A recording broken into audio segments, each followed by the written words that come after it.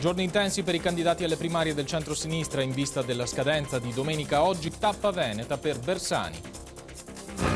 La politica adesso, oggi giornata tutta veneta per il segretario del PD Pierluigi Bersani in vista dell'importante appuntamento di domenica, le primarie del partito.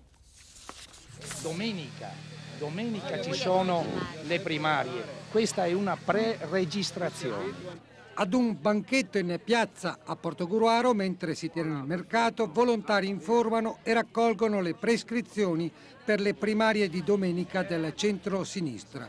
Numerosi chiedono chiarimenti sul meccanismo del voto. Se le cose sono un po' più complicate di altre volte, tutto sommato va nell'interesse di tutti, secondo me.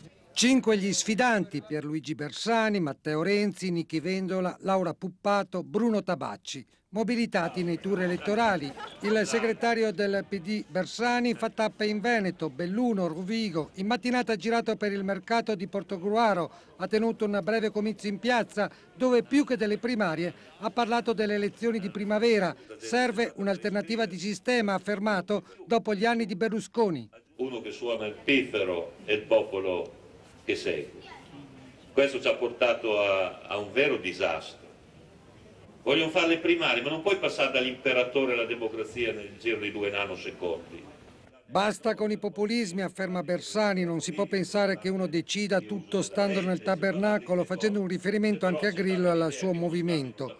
Non stiamo ragionando per il PD, dice il segretario, mettiamo davanti l'Italia. Credo che abbiamo dato un contributo a avvicinare un po' la politica ai cittadini, anche se c'è ancora tantissimo da fare.